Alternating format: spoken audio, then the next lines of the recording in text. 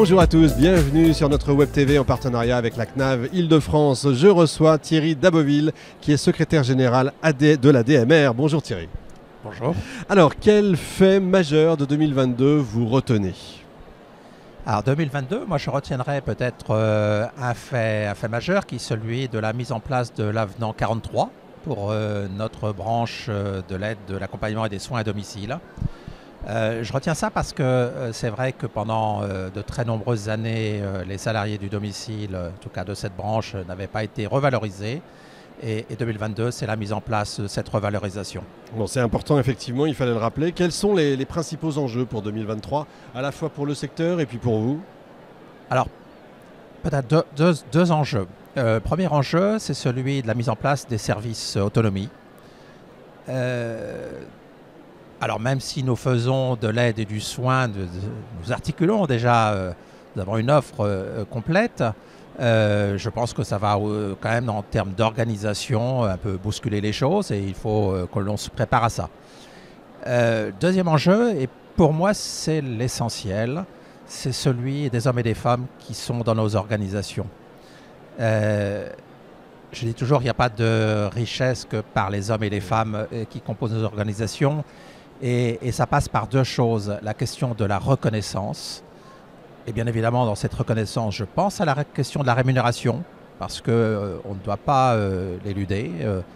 Il y a l'inflation qui est là, il y a la hausse du SMIC qui fait qu'à nouveau, on est dans une spirale avec je dirais, des problèmes financiers pour les salariés du domicile. Et puis, le deuxième enjeu de cette reconnaissance, c'est celui de la qualité de vie au travail. Alors ça veut dire quoi ? C'est la question de la mobilité. Pour un exemple tout simple, nous faisons 300 millions de kilomètres par an, le réseau ADMR. Donc la question de l'automobile, des flottes automobiles est un enjeu majeur. Et derrière ça, bien évidemment, les questions du carburant. Mais c'est aussi les temps de travail. C'est aussi la participation des salariés à l'organisation de leur temps de travail. Donc il y a autour de cette qualité de vie au travail, il y a des enjeux considérables et pour moi c'est peut-être l'enjeu principal avant le service autonomique qui est plus un problème organisationnel. Je comprends tout à fait. Alors on vous a demandé de nous apporter un petit objet ou un objet important pour vous, en tout cas dans votre secteur ou dans... Alors c'est quoi ? Alors j'ai pris une carte. Alors c'est une carte d'identité. Carte d'identité, évidemment. Mais j'aimerais que 2023, il puisse y avoir une carte professionnelle pour tous les salariés du domicile, quels qu'ils soient, aussi bien associatifs que... C'est fou qu'il n'y ait pas ça, en fait. Et on l'a vu, ça aurait rendu bien des services. Je pense à la question des masques lors de la crise Covid. C'est la question du carburant, bien sûr. Là plus récemment. Et plus largement, c'est une question de reconnaissance.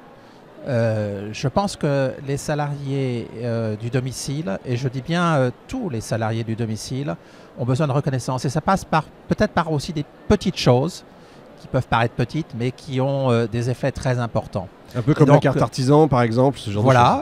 Avec peut-être une cocarde tricolore pour montrer qu'ils sont des salariés prioritaires. Et si j'avais un vœu à former pour 2023, eh bien, c'est notamment que cette carte prioritaire pour tous les salariés de domicile soit mise en place. Eh bien, écoutez, c'est formidable Thierry, le ciel vous entend, donc je ne sais qui en tout cas. Le ministre. En tout cas, c'est lui le plus important. Merci beaucoup. Fin de cet épisode. Retrouvez toutes les autres interviews à l'adresse qui s'affiche sur bas de votre écran.